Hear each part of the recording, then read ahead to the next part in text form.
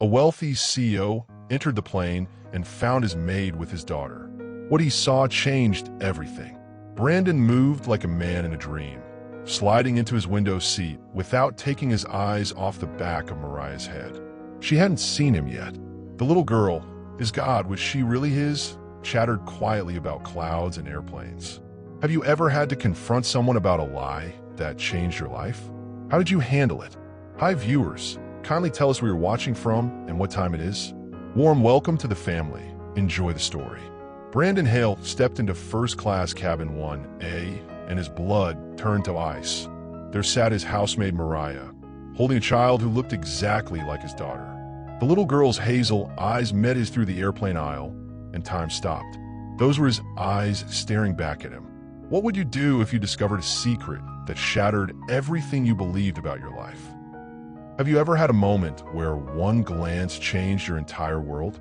Brandon thought he knew everyone in his carefully controlled world, but some secrets refused to stay buried, especially at 30,000 feet.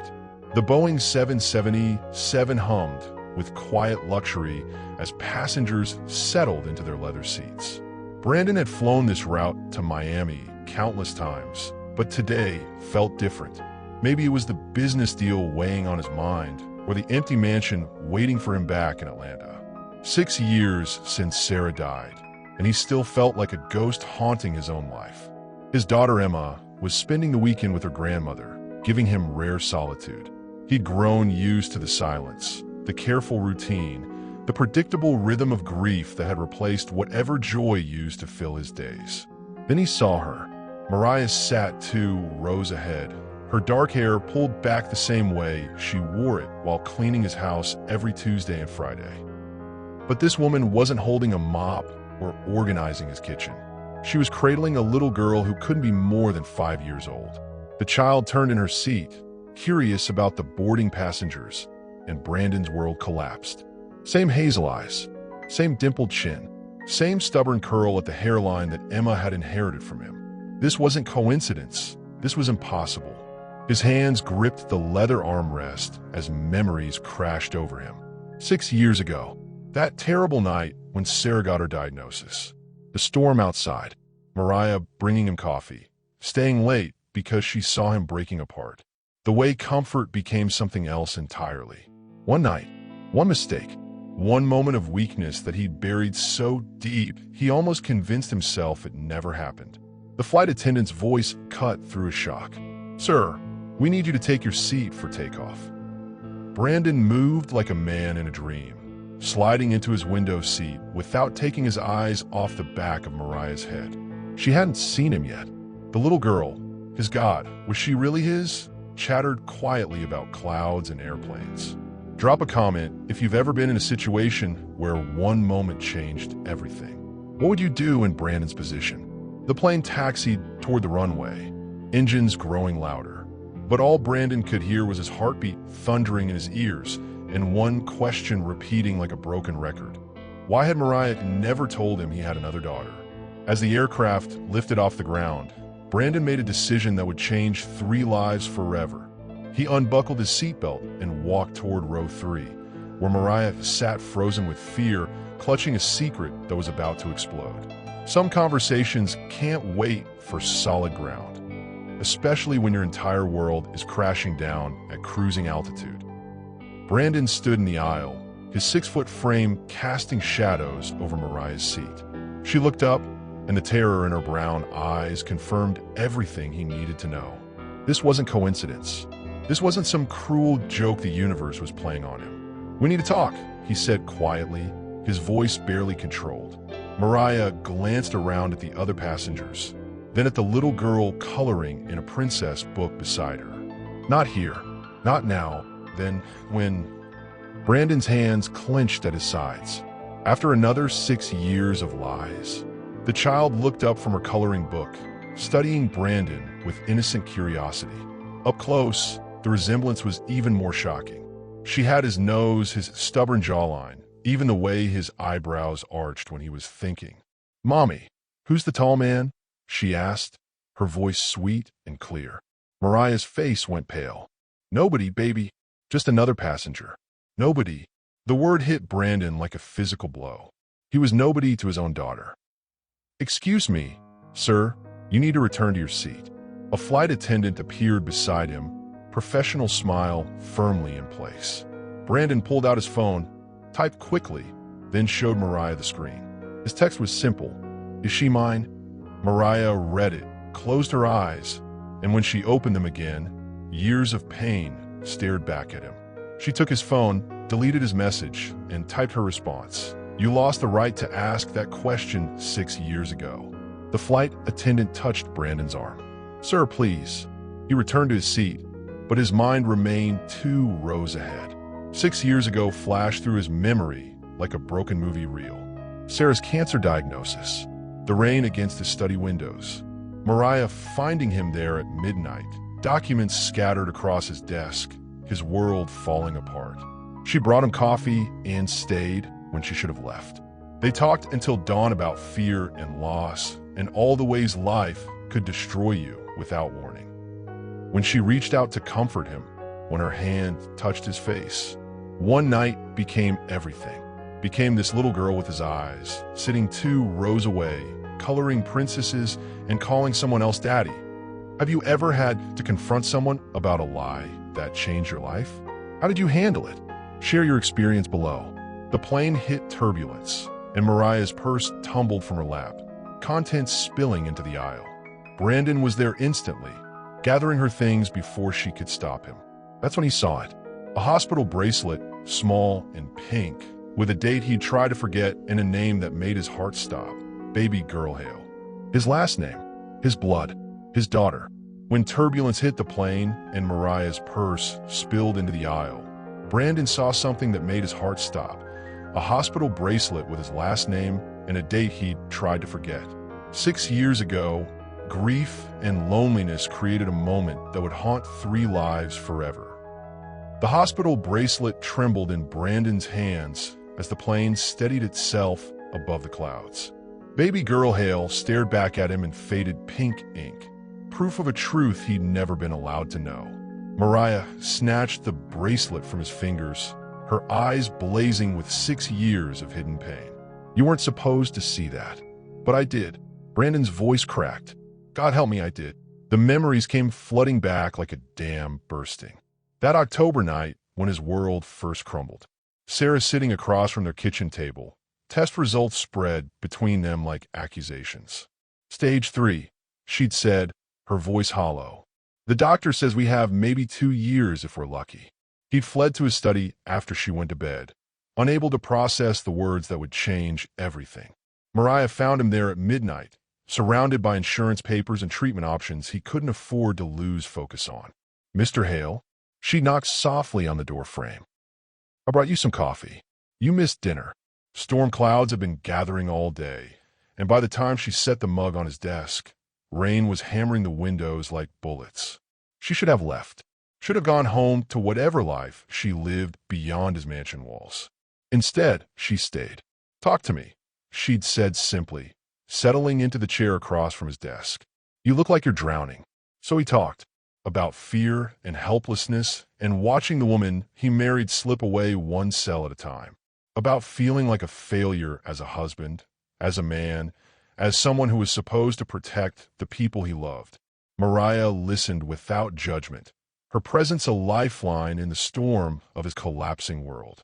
When lightning lit up the room and she reached across the desk to cover his hand with hers, comfort became something deeper.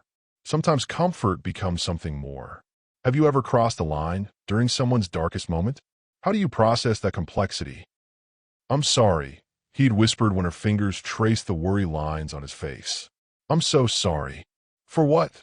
she'd asked, and when he couldn't answer, she'd kissed him. It tasted like tears and promises they both knew they couldn't keep. She traced the worry lines on his face as rain lashed the windows. "You don't have to carry this alone," she whispered, and when he kissed her back, desperation mixed with tenderness in ways that should have felt wrong but didn't. They made love on the couch in his study while the storm raged outside, their bodies seeking comfort in the most ancient way humans knew how. She was gentle where Sarah had become distant, present where his wife had already started saying goodbye. Afterward, they lay tangled together, listening to rain against glass and pretending the morning would never come. But it did come, and with it, Sarah walked into the kitchen where they sat having coffee, still rumpled from sleep and secrets. The look in Sarah's eyes wasn't surprise, it was calculation. She'd been planning this moment all along. The next morning, Sarah walked into the kitchen and found them having breakfast. The look in her eyes wasn't surprise, it was calculation.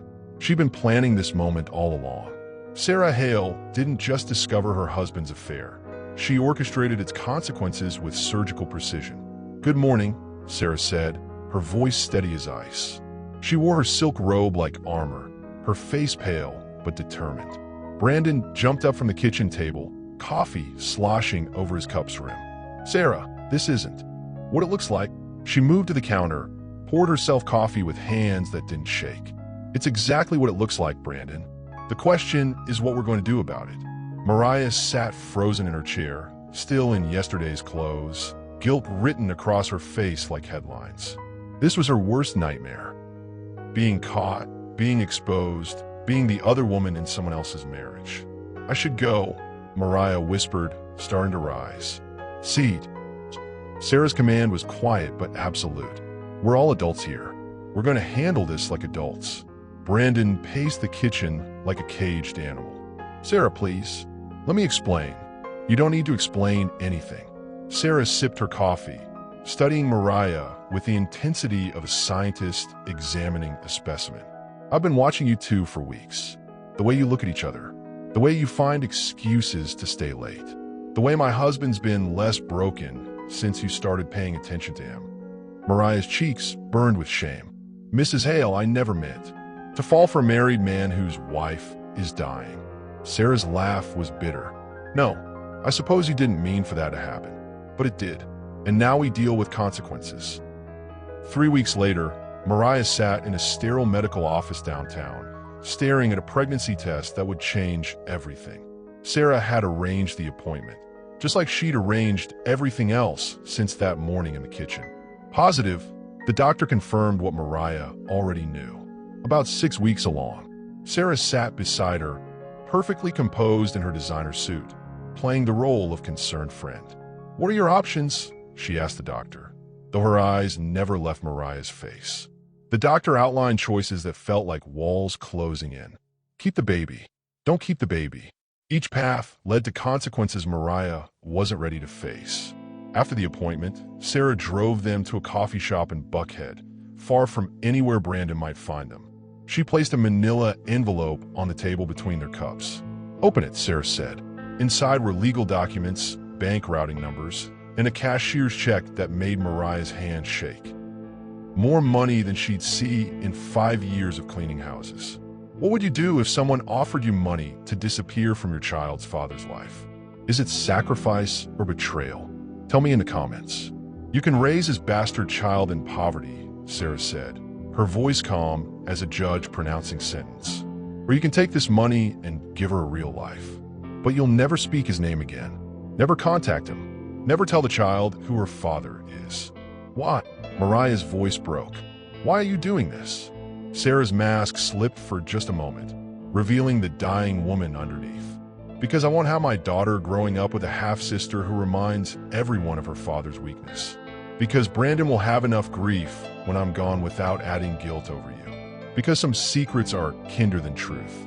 The contract was 3 pages long. Mariah's signature would buy her daughter's future and cost her everything else. As Mariah signed the papers with shaking hands, she had no idea that Sarah was already dying faster than anyone knew. And her final act would be to take this secret to her grave, leaving Brandon to discover his daughter through pure chance. 5-year-old Zara asked the same question every night. "Mommy, why don't I have a daddy?" Tonight, she was about to meet him at 30,000 feet. Mariah tucked the worn hospital bracelet back into her purse, her hands still trembling for Brandon's discovery. Beside her, Zara had returned to coloring her princess book, completely unaware that her world was about to change forever. Their tiny apartment in Baltimore had been home for 5 years. 2 bedrooms, 1 bathroom, and enough love to fill spaces that money couldn't reach. Mariah worked 3 jobs, cleaning houses in the morning, data entry at night, weekend shifts at a diner, all to keep them afloat. Every month, she deposited money into a college fund that Sarah's payment had started. Blood money, she called it, but money that would give Zara opportunities Mariah never had. The price was silence, and she paid it every day for 5 years. But children asked questions. "Tell me about my daddy again," Zara would say at bedtime, curled against Mariah's side in their shared bed. The lies came easier with practice. "Your daddy was a good man who had to go to heaven before you were born. He's watching over you like a guardian angel." "What did he look like?" "Like you, baby. He had your eyes and your smile. He would have loved you so much if he could have stayed." Zara would drift off to sleep clutching the stuffed elephant Mariah bought her for her first birthday, the only daddy gift she'd ever received. On her dresser sat drawings she'd made of her imaginary father, tall stick figures with hazel eyes and big smiles, always holding her hand. How do you explain absent parents to children? What stories did you tell or were told about missing family members? Share your experience. Last week, Zara's kindergarten class made Father's Day cards. She came home crying because she had no one to give hers to. "I made one anyway," she sobbed, pulling a construction paper card from her backpack. "For my angel daddy in heaven." Mariah held her daughter while her own heart shattered. The card was covered in purple crayon hearts and a message in crooked letters. "I love you, Daddy. I wish you could come back." That's when Mariah made the decision that led them to this airplane. Her aunt lived in Miami now, had been begging them to visit. Maybe a change of scenery would help. Maybe getting away from Baltimore would ease the constant weight of secrets. She'd used the last of her savings for the plane tickets, splurging on the cheapest seats she could find. Zara had never flown before, pressed her face against the terminal windows, watching planes take off like giant metal birds. "Are we really going up in the sky, Mommy?" "We really are, baby." "Will we see Daddy's angels up there?" Mariah's throat closed. "Maybe, sweetheart. Maybe we will." Now, trapped at 30,000 feet with Brandon 3 rows behind them, Mariah realized she'd brought her daughter face to face with the father she'd spent 5 years pretending was dead. Zara looked up from her coloring book, studying the drawing she'd just finished. It was a family, a mommy, a little girl, and for the first time ever, she'd drawn a daddy figure that looked remarkably like the tall man who'd been staring at them since takeoff. "Mommy," she said, her voice full of innocent wonder, "why does that man look like the daddy in my dreams?" As the plane descended through clouds toward their destination, Zara looked up at Brandon, standing in the aisle, and said the words that would shatter 3 hearts. "Mommy, why does that man look like me?" The plane landed, but their real journey was just beginning. 3 people connected by blood, separated by lies, and bound by a love that refused to stay buried. Miami International Airport buzzed with the chaos of arriving passengers, but Brandon heard nothing except his daughter's innocent question echoing in his mind. His daughter. The words felt foreign and familiar at the same time, like speaking a language he'd forgotten he knew. Mariah gathered their belongings with shaking hands, avoiding his eyes as travelers pressed past them toward baggage claim. Zara skipped beside her, chattering about the airplane ride and asking when they could fly again. "That was fun, Mommy. Did you see how small the cars looked?" And the man behind us kept staring. Why was he staring? Brandon followed at a distance, his phone buzzing with missed calls from his assistant, his lawyer, his life back in Atlanta. None of it mattered. Nothing mattered except the little girl walking away from him, carrying his DNA and calling another man's memory daddy. At baggage claim, he made his move. "Mariah." His voice cut through the crowd noise. "We need to talk. Now." She turned, clutching Zara's hand like a lifeline. "There's nothing to talk about." "The hell there isn't." Brandon stepped closer, lowering his voice. "That bracelet says otherwise. Her face says otherwise. Everything about this says otherwise." Zara looked up at him with curious eyes. "Hi, mister. Are you following us?" "Mommy says strangers shouldn't follow people." The innocent question hit Brandon like a punch to the gut. Stranger. That's what he was to his own child. "What's your name, sweetheart?" he asked, crouching to her level. "Zara Marie Davis. I'm 5 3/4 years old." "What's your name?" "Davis." She had Mariah's last name, not his. Another piece of his identity stolen before he even knew it existed. "I'm Brandon," he said softly. "Brandon Hale." Zara's eyes widened, like the bracelet Mommy keeps in her special box. The one that says Baby Girl Hale. Mariah went white. "Zara, baby, we need to get our suitcase." "But I want to talk to Brandon." Zara protested. "He has nice eyes. They look like mine, don't they, Mommy?" Have you ever witnessed a parent meeting their child for the first time? What emotions did you see? How do you think children sense these connections? Brandon's heart hammered against his ribs. "Yes, they do look like yours. Very much like yours." "I need proof," he said to Mariah, standing up. "DNA test. Today. You need to leave us alone," Mariah shot back. "You made your choice 6 years ago." "What choice?" Brandon's voice rose, drawing stares from other passengers. "What choice did I make? I never knew she existed. Your wife made sure of that." The words hung between them like a loaded gun. Zara looked confused, sensing the adult tension without understanding it. "Are you and Mommy friends?" she asked Brandon. "You sound angry like when Mommy talks to the landlord." Brandon's phone rang. His driver, waiting outside to take him to his hotel. His perfect, controlled life, calling him back to routines that suddenly felt meaningless. He declined the call. "Let me drive you home," he said to Mariah. "Please, just let me. We're taking a taxi. I'll pay for the DNA test. I'll pay for everything. Just give me a chance to." "To what?" Mariah's eyes blazed. "To play daddy for a week and then disappear again? To mess up her life because you feel guilty?" Zara tugged on Brandon's sleeve. "Mr. Brandon, do you have any little girls?" The question stopped their argument cold. Brandon looked down at this beautiful child, his child, and felt his world reorganize itself around her existence. "Yes," he said quietly. "Ido. Her name is Emma. She's 6 years old. I have a sister." Zara's face lit up like Christmas morning. "Can I meet her? Does she like dolls?" "I love dolls." When Brandon offered to drive them home instead of letting them take a taxi, Mariah's refusal died on her lips. Zara had already climbed into his car, chattering about airplanes and asking if he wanted to see her toy collection. Some lines, once crossed, can never be uncrossed, and Brandon was about to step over every boundary he'd built around his heart. The drive to Mariah's apartment took them through neighborhoods that got smaller and older with each mile. Brandon's Mercedes felt obscene on streets lined with broken sidewalks and faded dreams. This was where his daughter lived, where she'd taken her first steps, spoken her first words, celebrated 5 birthdays without him. "Turn left here," Mariah directed, her voice tight. The blue building with the fire escape. Brandon parked outside a 3-story walk-up that needed paint and prayer.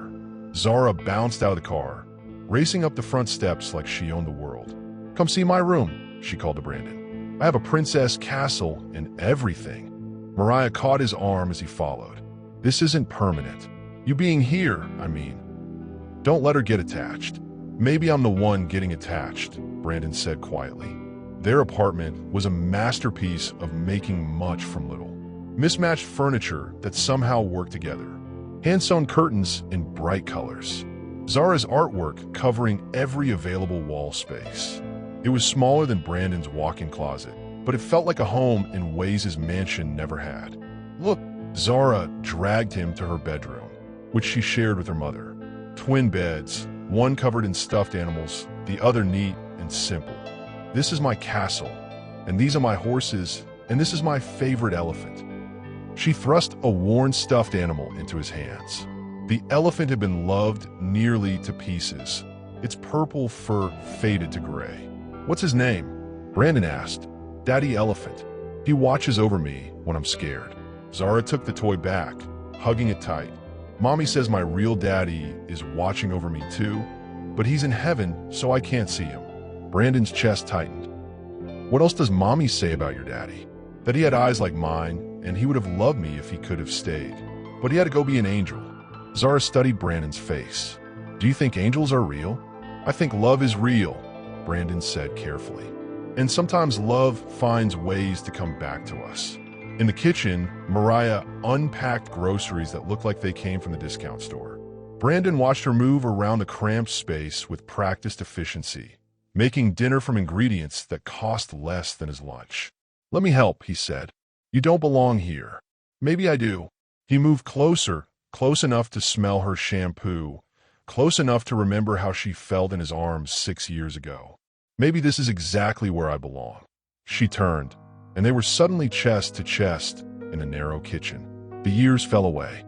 The anger, the hurt, the secrets, all of it disappeared in the space between one heartbeat and the next. "You left me," she whispered. "I was forced to leave," he said, his hands finding her waist. "I never knew, Mariah. God help me, I never knew." Can you separate past hurt from present attraction? Is it possible to rebuild trust when the foundation was broken by circumstances beyond your control? Share your thoughts. The kiss happened like lightning, sudden, electric, inevitable.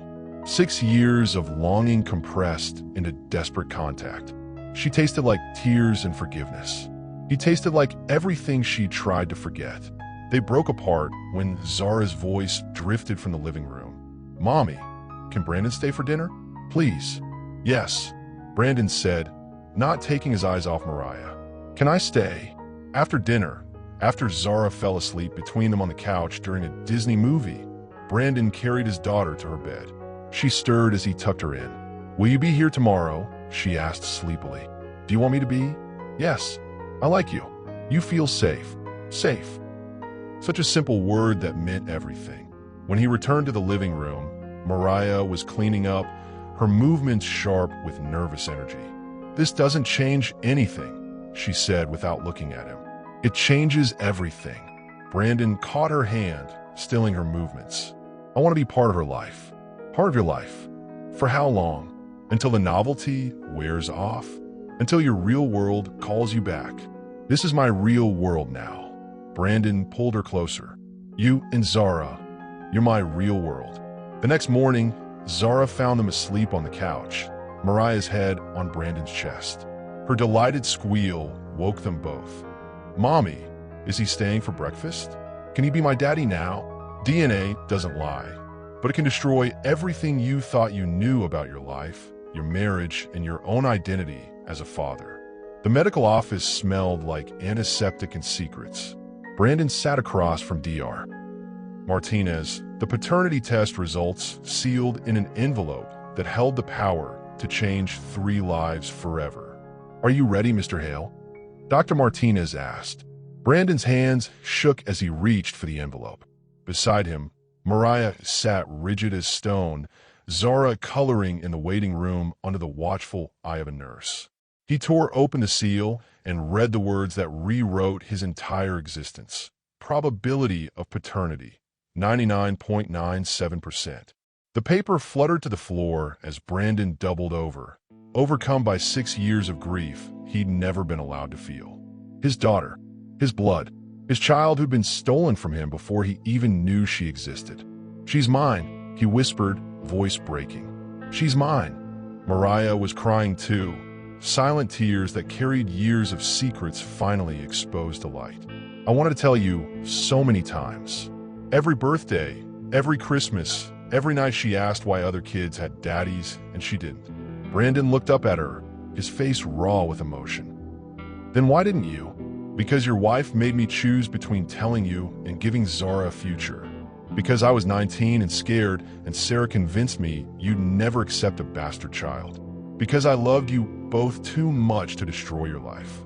The truth hit him like physical blows. Sarah had known, had orchestrated everything, had let him grieve a marriage while denying him the chance to be a father. "How much?" Brandon asked suddenly. "What? How much did she pay you?" Mariah's chin lifted with wounded pride. "Enough to give Zara health insurance and a college fund and food that didn't come from food banks. Enough to matter. What makes someone a parent? Genetics or presence? How do you balance both when circumstances kept you apart? What would you do in this situation?" Brandon pulled out his phone and called his lawyer. "Richard, I need you to research something. Sarah's financial record from 6 years ago. Large cash payments. Yes, I'll wait." While they waited, Zara appeared in the doorway, having escaped the nurse's supervision. "Why is everyone crying?" she asked, looking between the adults with worried eyes. Brandon knelt to her level. The test results still crumpled in his fist. Zara, honey, how would you feel if I told you I was your daddy? Your real daddy. Her face transformed with wonder. You mean you're not an angel in heaven? No, sweetheart. I'm right here. I've always been right here. I just didn't know where to find you. Zara launched herself into his arms with the trust only children possess. I knew it. I knew you looked like me. Can I call you daddy now? Can I meet Emma? Can we live in the same house? Over her head, Brandon met Mariah's eyes. So many questions. So many bridges to build or burn. His phone rang. Richard with information that would change everything again. Brandon, I found a payment. $200,000 transferred to a Mariah Davis 6 years ago. But there's something else. Something about Sarah's medical records in a timeline that doesn't add up. What kind of timeline? She was sicker than she told you. Much sicker. The cancer diagnosis was stage 4, not stage 3 like she claimed. She had months, not years. She knew she was dying when she paid off your housekeeper. The revelation shattered Brandon's understanding of his own history. Sarah hadn't just hidden his daughter. She'd hidden her own death timeline, manipulating them all with surgical precision. As they left the medical office with legal proof of what their hearts already knew, Brandon made a decision that would change all their lives. Pack your things. Both of you. You're coming home with me. But Mariah's response wasn't what he expected. Which home, Brandon? The one where you hid me, or the one where you'll hide us again? Moving from the shadows into the spotlight meant risking everything. But some truths demand to be lived in the open, no matter the cost. Brandon's mansion sat on 5 acres in Buckhead, all glass and stone, and the kind of money that whispered instead of shouted. As his Mercedes pulled through the gates, Zara pressed her face against the window like she was watching a movie. Is this really where you live? She asked, voice full of wonder. Where we live, Brandon corrected. This is your home now, too. Emma stood on the front steps with Mrs. Chun, the nanny, her 6-year-old face a mix of curiosity and confusion. When Brandon had called to explain, the conversation lasted 3 minutes and ended with Emma asking one question. Does this mean I'm not special anymore? Now, watching her father climb out of the car with strangers, that fear written clearly on her face. Zara bounded up the steps with the fearlessness of childhood. Are you Emma? I'm your sister. Daddy says you like dolls too. Emma stepped back, suddenly shy. You can't be my sister. My mommy died, and my daddy doesn't have any other kids. The words hung in the air like a slap. Brandon reached the steps and knelt between his daughters. One who'd known him all her life. One who'd just learned his name. Emma, honey, sometimes grown-ups make mistakes. Sometimes they don't know important things. But what I know now is that you have a sister, and she's been waiting her whole life to meet you. Behind them, Mariah climbed the steps slowly, taking in a mansion that dwarfed every place she'd ever lived. This was Brandon's real world, marble columns and fountain courtyards, and the kind of casual wealth that turned people into objects. Mrs. Chun stepped forward. Mr. Hale, perhaps the children would like some snacks while you settle things? Good idea. Brandon looked at his daughters, his daughters, standing on opposite sides of an invisible line. Emma, will you show Zara your playroom? I think you two have a lot to talk about. Inside, the mansion echoed with the sound of children's voices exploring new territory. Brandon led Mariah to his study, the same room where everything began 6 years ago. Fancy, she said, running her fingers along leather furniture that cost more than she made in a year. It's just stuff, Brandon said. None of it matters without people to share it with. He moved closer, backing her against the massive oak desk where he'd once sat drowning in Sarah's diagnosis. This room has ghosts, Mariah whispered. Then let's create new memories, he replied, lifting her onto the desk where papers scattered like promises. Let's reclaim this space. Their kiss was hungry, desperate. 6 years of separation compressed into fierce reconnection. She wrapped her legs around his waist, pulling him closer, claiming her place in his world through touch and heat, and the simple declaration that she belonged here. Have you ever had to blend families or introduce someone to a completely different social class? How did you navigate the challenges? What advice would you give? Their reunion was interrupted by the sound of children's laughter echoing through the halls. Real laughter, not the careful politeness of children meeting for the first time. They found Emma and Zara in the playroom, building an elaborate castle with Emma's blocks while sharing Zara's stuffed animals. "Look, Daddy," Emma called out, her earlier reserve forgotten. "Zara has a purple elephant, and I have a purple unicorn. We're making them a castle together. They're best friends now," Zara announced with 5-year-old certainty. "Emma says I can sleep in her room tonight. Can I, Daddy?" "Daddy!" The word from both daughters' lips made Brandon's chest tight with joy he'd never expected to feel. That evening, after both girls were asleep in Emma's room, after stories and negotiations about who got which stuffed animal, Brandon found Mariah on the balcony overlooking the garden. "Regrets?" he asked. "About which part? Loving you? Having Zara? Or being here in your castle while my neighbors back home can't afford groceries?" "About any of it." She leaned against the railing, Atlanta's skyline twinkling below them. "Ask me in a month, when the novelty wears off and reality sets in." "This is reality," Brandon said, wrapping his arms around her from behind. "You and me and our daughters.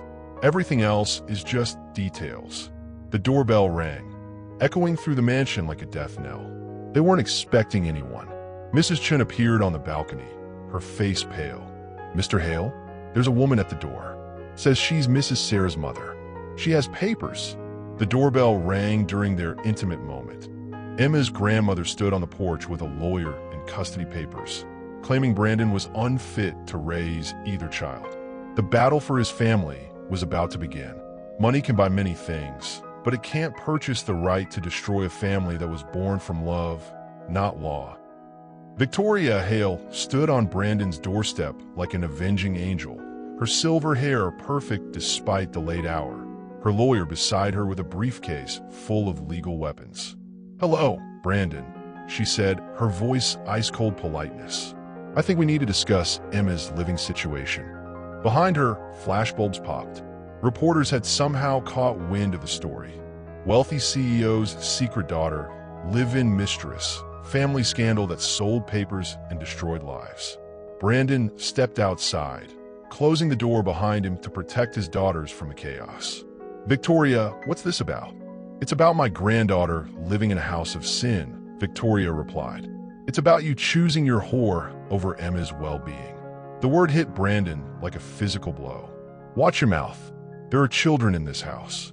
"Exactly my point." Victoria's lawyer stepped forward, extending legal documents.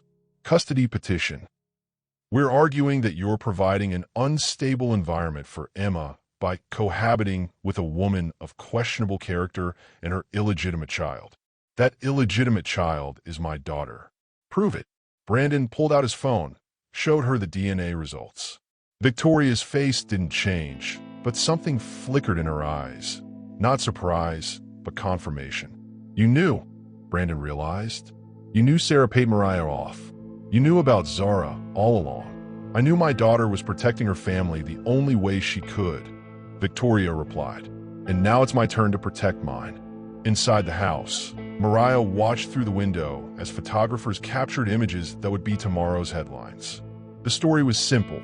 Rich man, poor woman, children caught in between. The kind of narrative that destroyed reputations and ruined lives. Emma appeared beside her, rubbing sleepy eyes. "Why are there so many people outside? And why does grandmother look angry?" "Sometimes grown-ups disagree about things," Mariah said carefully. "But it doesn't change how much your daddy loves you." "Is grandmother angry about Zara? About us being sisters?" The question broke Mariah's heart. Children always saw truth more clearly than adults. Have you ever had to defend your family structure against outside judgment? How do you protect children during adult conflicts? Share your experience. The custody hearing was set for the following week. Victoria's legal team painted a picture of Brandon as a man who'd abandoned his responsibilities, who'd chosen lust over his daughter's stability, who was now endangering Emma by exposing her to undesirable elements. But children have their own sense of justice. On the day of the hearing, both Emma and Zara asked to speak to the judge. Emma, 6 years old and fierce with protective love, stood in the witness box and defended her new family with startling clarity. "Mariah makes my daddy smile again," she told the judge. "And Zara is the best sister ever. She shares her elephant with me when I have bad dreams. We don't want to be separated." Zara, when it was her turn, simply said, "My daddy found me on an airplane. That means he was supposed to find me, right? And now we're all together like a real family." The judge, a mother herself, listened to both girls with the attention their innocence deserved. That evening, as they waited for the court's decision, Brandon found his daughters curled up together on Emma's bed, reading a story about princesses who saved themselves.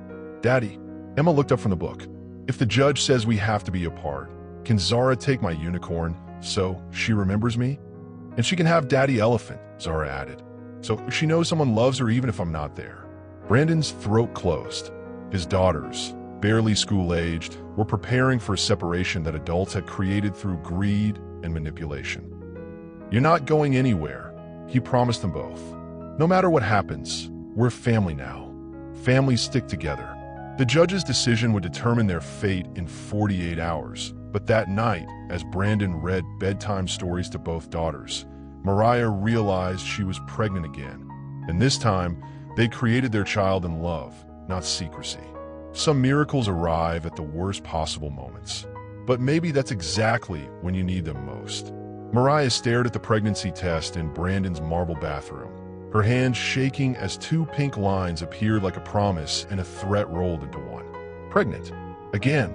6 years later, under completely different circumstances, but carrying the same man's child. This time, there was no Sarah to pay her off. No lawyers forcing her to disappear. No shame about loving a man who belonged to someone else. This time, she was free to tell him. But freedom felt terrifying when custody papers sat on the kitchen counter and reporters camped outside their front gate. Brandon knocked softly on a bathroom door. "Mariah? Everything okay in there?"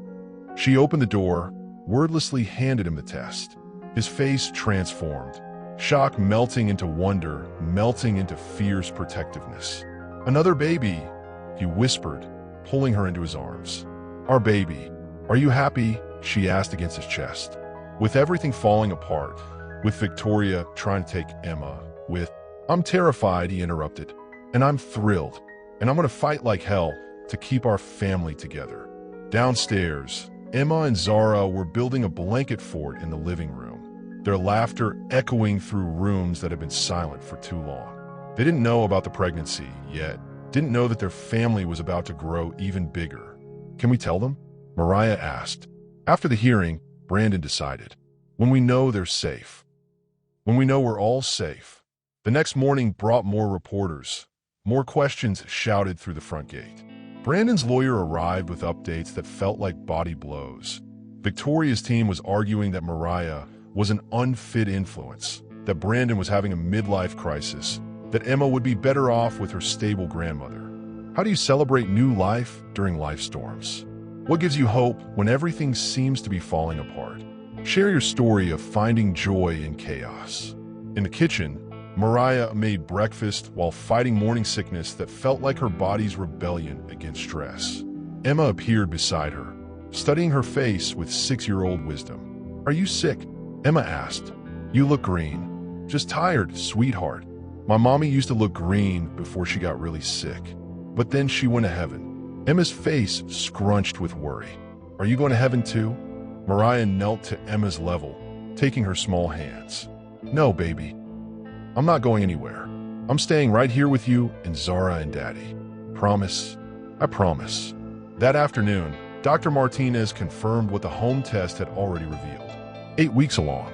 Due date in the spring. A baby conceived in reconciliation instead of desperation. Brandon held her hand through the appointment, asked questions about vitamins and prenatal care like he was memorizing instructions for saving the world. This time, he wouldn't miss anything. This time, he'd be there for every moment. "Will you find out the gender?" Dr. Martinez asked. "Yes," they said together, then looked at each other and laughed. Their first unified parenting decision. On the way home, they stopped at a baby store just to look.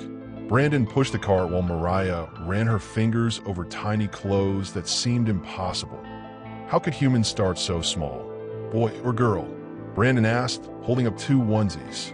Healthy, Mariah replied. Just healthy. They bought a stuffed giraffe, gender-neutral and soft, something to hold on to during the uncertainty ahead. That evening, the girls found them cuddled on the couch, the giraffe between them like a secret. What's that for? Zara asked, climbing onto Brandon's lap. It's for someone very special, Brandon said carefully. Someone who's coming to join our family. Emma's eyes widened. Another sister or a brother? We don't know yet, Mariah said, pulling Emma close. But either way, you two are going to be the best big sisters in the world. Both girls erupted in excitement, talking over each other about names and nurseries and whether babies liked elephants or unicorns better. For a moment, sitting in their living room with his daughters chattering about their future sibling, Brandon forgot about custody hearings and legal battles. This was what mattered. This laughter, this love, this family they'd built from broken pieces. The morning of the custody hearing, Emma made a decision that would shock everyone. She took the witness stand and told the truth about her mother's deathbed confession that would change everything. Dead wives don't usually speak from the grave, unless they recorded messages that shatter lies and reveal the truth about love, sacrifice, and family. The courtroom fell silent as 6-year-old Emma climbed onto the witness stand, her small hands gripping a tablet that would change everything. Judge Morrison looked skeptical. Children Emma's age rarely testified in custody cases. Emma, honey, the judge said gently, you don't have to do this if you don't want to. I want to, Emma said, her voice clear and determined. I have something important to show everyone. Something Mommy left for me. Victoria Hale shifted uncomfortably in her seat. Something flickered across her face, not confusion, but fear. Emma held up the tablet. Mommy made videos for me before she died. Daddy doesn't know about them. Grandmother gave them to me, but told me never to watch them until I was older. But I watched one last night. Brandon's lawyer looked at Victoria's team. Your Honor, we weren't made aware of any recorded messages. Because I didn't know they existed, Victoria's lawyer replied, but his voice lacked conviction. Emma pressed play on the tablet, and Sarah's voice filled the courtroom. Weak but determined, clearly recorded in her final days. Emma, my darling girl, if you're watching this, it means I'm gone and you're old enough to understand complicated things. I need to tell you about mistakes Mommy made, about hurting people I should have protected. The courtroom held its breath as Sarah's confession continued. Your daddy loved me, but I was dying and I was scared. When I found out he'd fallen in love with someone else, someone who could give him what I couldn't, I did something terrible. I took away his choice. I paid Mariah to disappear, to take his daughter and never tell him she existed. Victoria's face went white. She'd known. She'd been part of the conspiracy. Have you ever discovered that someone's actions came from fear rather than malice? How do you process forgiveness when the person is no longer alive to receive it? Sarah's recorded voice grew weaker but more urgent. Mariah Davis is a good woman who loved your father when I couldn't anymore. Her daughter, your sister, is your father's child. I stole 5 years of his life as her daddy because I was selfish and dying and couldn't bear the thought of him moving on. Brandon's hands shook as he listened to his dead wife confess to destroying his family. If Brandon ever finds Mariah and their daughter, I hope he can forgive us both. I hope he chooses love over bitterness. I hope you could be the big sister that little girl deserves, because she's been waiting her whole life for a family. The recording ended in silence that felt sacred and devastating. Judge Morrison looked at Victoria Hale with new eyes. Mrs. Hale, did you know about this recording? Victoria's composure cracked. My daughter was dying. She was protecting her family the only way she knew how. By destroying another family? The judge asked. By denying a man the right to know his own child. Emma climbed down from the witness stand and walked to Brandon, placing the tablet in his hands. Mommy said to give this to you when you found Zara. She said you'd understand. Brandon pulled Emma into his arms, tears streaming down his face. I understand, baby. I understand everything. The judge's gavel came down like thunder. Custody petition denied. Mr. Hale, your family unit appears stable and loving. Mrs. Hale, I suggest you focus on being a grandmother who supports rather than divides. Outside the courthouse, reporters swarmed them with questions, but Brandon only had eyes for his family. Mariah held Zara while Emma clung to his hand, their unity stronger than any legal document. That night, as they celebrated their victory with pizza and ice cream, Emma asked the question that had been weighing on everyone's mind. Does this mean we're safe now? Does this mean we can stay together? Forever, Brandon promised. No matter what happens, we're together forever. As they left the courthouse as a legally recognized family, Brandon dropped to one knee in front of the media circus and asked the question that would make headlines worldwide. Mariah, will you marry me and make our family complete? Some proposals are private whispers. Others are public declarations that love conquered lies, law, and every obstacle in between. The diamond ring caught the courthouse steps' sunlight as Brandon knelt before Mariah, reporters' cameras capturing every moment of what would become the most-watched proposal video of the year. Behind them, Emma and Zara held hands, their faces bright with excitement. Mariah Davis, Brandon said, his voice carrying over the crowd noise. 6 years ago, we found each other in the darkness. Today, we choose each other in the light. Will you marry me? Mariah looked down at the man who'd fought lawyers and society and his own past to claim their family. The ring was beautiful, but it wasn't the jewelry that made her heart race. It was the certainty in his eyes, the promise of a future built on truth instead of secrets. Yes, she whispered, then louder for the cameras and the world to hear. Yes. The crowd erupted as Brandon slipped the ring on her finger and kissed her like they were the only two people in the world. Emma and Zara cheered, jumping up and down with the pure joy only children could express. That evening, away from reporters and legal battles, they celebrated at home with champagne for the adults and sparkling cider for the girls. The pregnancy remained their secret for now, one more surprise to savor before sharing it with the world. When's the wedding? Emma asked, already planning in the way 6-year-olds do. Can I wear a princess dress? Can Zara be a flower girl too? We'll plan it together, Mariah promised. All of us. It's our family's wedding. The next few months passed in a whirlwind of wedding planning, pregnancy appointments, and learning to live as a blended family under public scrutiny. Brandon hired security to keep reporters at bay, but nothing could protect them from the headlines that dissected their love story and judged their choices. Some called it a fairy tale, the wealthy CEO and the single mother finding love against all odds. Others called it scandal, the rich man and his paid mistress playing house with illegitimate children. They learned to ignore the noise and focus on what mattered. Zara starting first grade and making friends who didn't care about her father's money. Emma teaching her sister to ride a bike in their long driveway.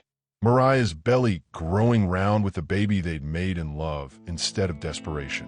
What does it mean when love survives every test? How do you know when someone is worth fighting for? Share your own story of love overcoming obstacles. The wedding was planned for December, a Christmas ceremony that would unite their family officially and publicly. Mariah wanted something simple, but Brandon insisted on celebrating the love that had survived everything. Secrets, separation, legal battles, and public judgment. We're not hiding anymore, he told her as they toured wedding venues. We're not apologizing for finding each other. This wedding is our declaration that love wins.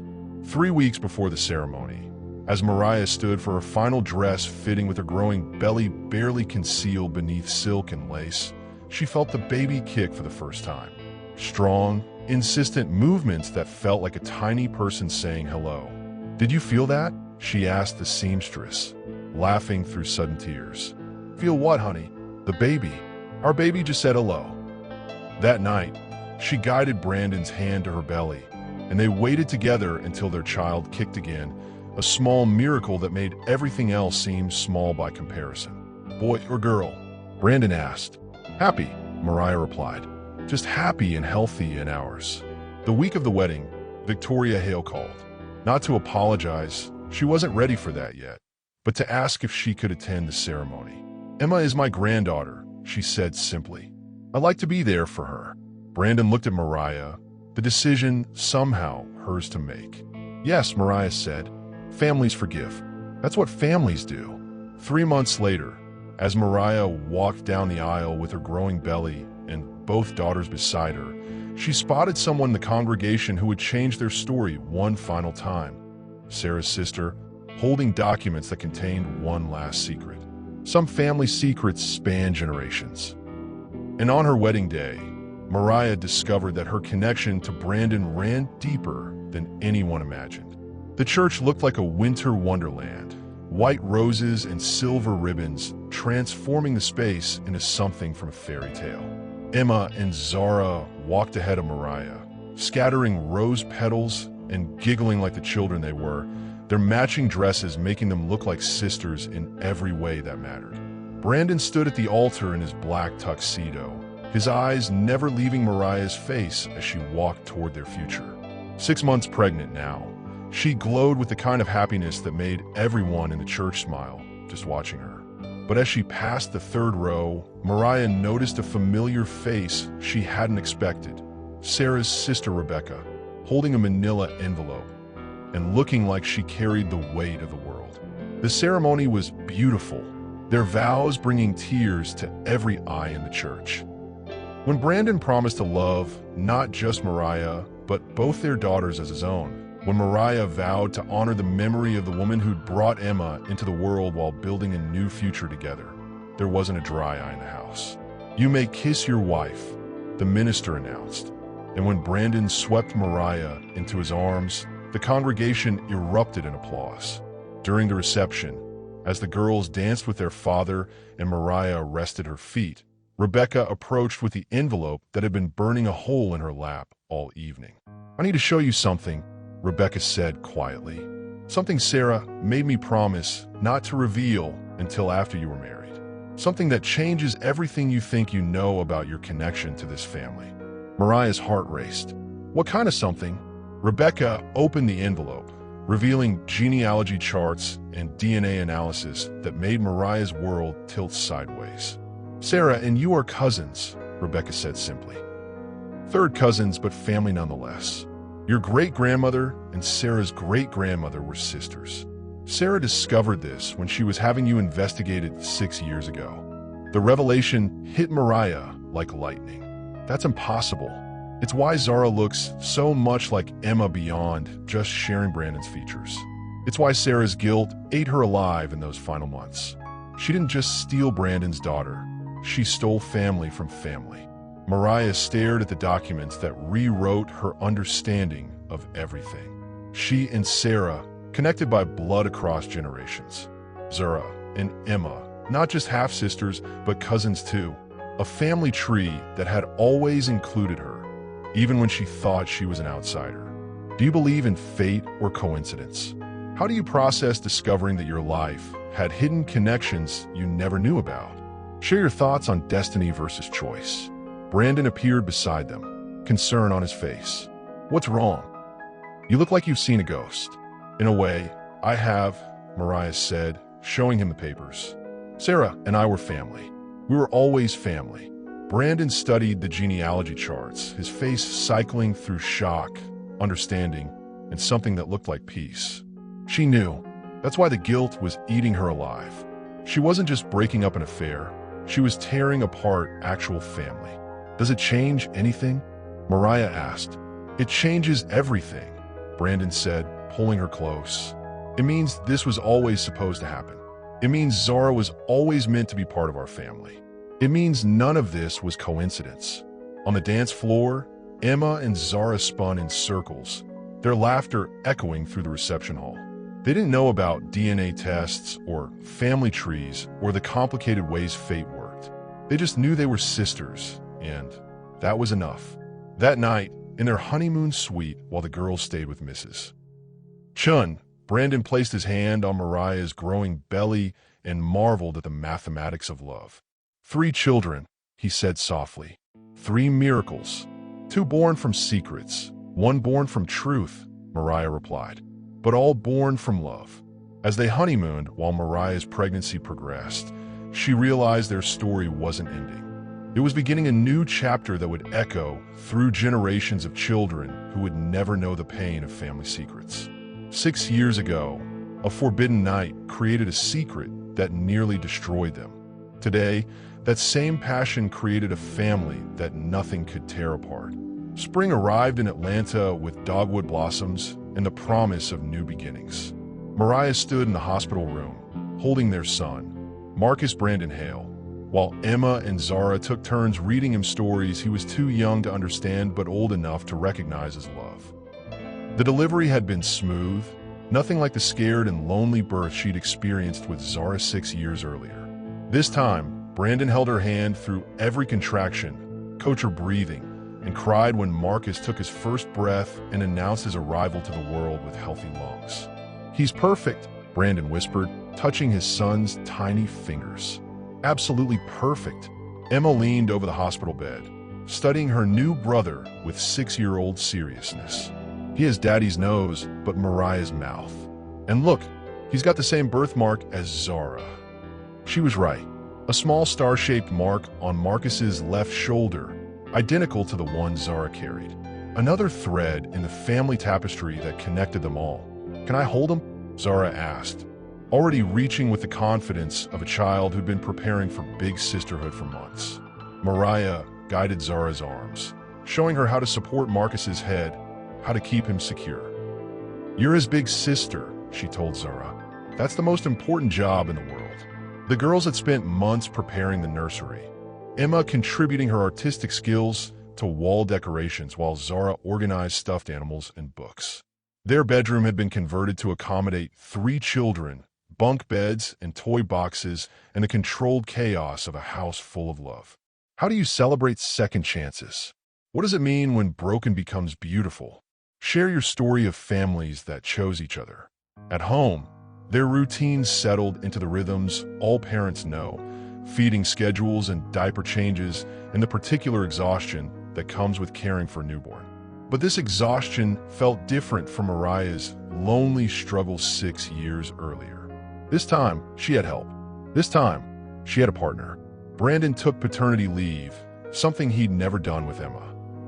He changed diapers at 3 a.m., walked the floors when Marcus had colic, and fell asleep in the rocking chair with the son on his chest more nights than anyone counted. "I missed so much with Zara," he told Mariah one night as they watched Marcus sleep between them in their bed. "I'll never miss another moment." The girls adapted to having a baby brother with the resilience children possess. Emma appointed herself head of entertainment, making faces and singing songs that could stop Marcus from crying. Zara became the official diaper fetcher and bottle warmer, taking her responsibilities seriously. 6 months after Marcus's birth, they established the Sarah Hale Foundation for Family Reunification, using Brandon's resources and Mariah's understanding of what it meant to struggle alone to help other families torn apart by circumstances beyond their control. Their first family reunion event brought together dozens of parents and children who'd been separated by poverty, illness, legal battles, or simple bad luck. Watching those families reconnect, seeing joy replace desperation, felt like coming full circle. "This is why it all happened," Mariah told Brandon as they watched a father meet his daughter for the first time in 3 years. "This is why we had to go through everything we went through, so we could help them." Victoria Hale attended the foundation's launch event, her relationship with the family still fragile but healing. She'd never apologized for protecting Sarah, but she'd learned to see Emma's happiness as more important than her own pain. "Your children are beautiful," she told Mariah quietly, watching Emma and Zara play with Marcus on a blanket in the foundation's garden. "They're your grandchildren too," Mariah replied. "All of them." It was the closest they'd come to peace, and maybe that was enough. That evening, as they put all 3 children to bed, stories and songs and the precious rituals that marked the end of another day, Brandon found Mariah in the nursery, feeding Marcus while humming the lullaby she'd sung to Zara in their tiny Baltimore apartment. "Any regrets?" he asked, the same question he'd posed that first night in his mansion. "Just one," Mariah said, looking up at him with eyes full of everything they'd survived. I regret that it took us so long to find our way back to each other. Brandon kissed her forehead, then Marcus's tiny hand, then settled into the rocking chair beside them. Through the nursery window, Atlanta sparkled in the distance. But home was right here, in this room, with this woman, surrounded by the laughter and chaos and overwhelming love of the family they'd built for broken pieces. Their plane had landed 6 years late, but sometimes the most important journeys require taking the long way home. If this story touched your heart, hit that like button and subscribe for more stories about love overcoming impossible odds. Tell me in the comments, do you believe some people are destined to find each other no matter what obstacles stand in their way? And remember, the strongest families aren't born from perfection. They're forged through fighting for each other when the world tries to tear them apart.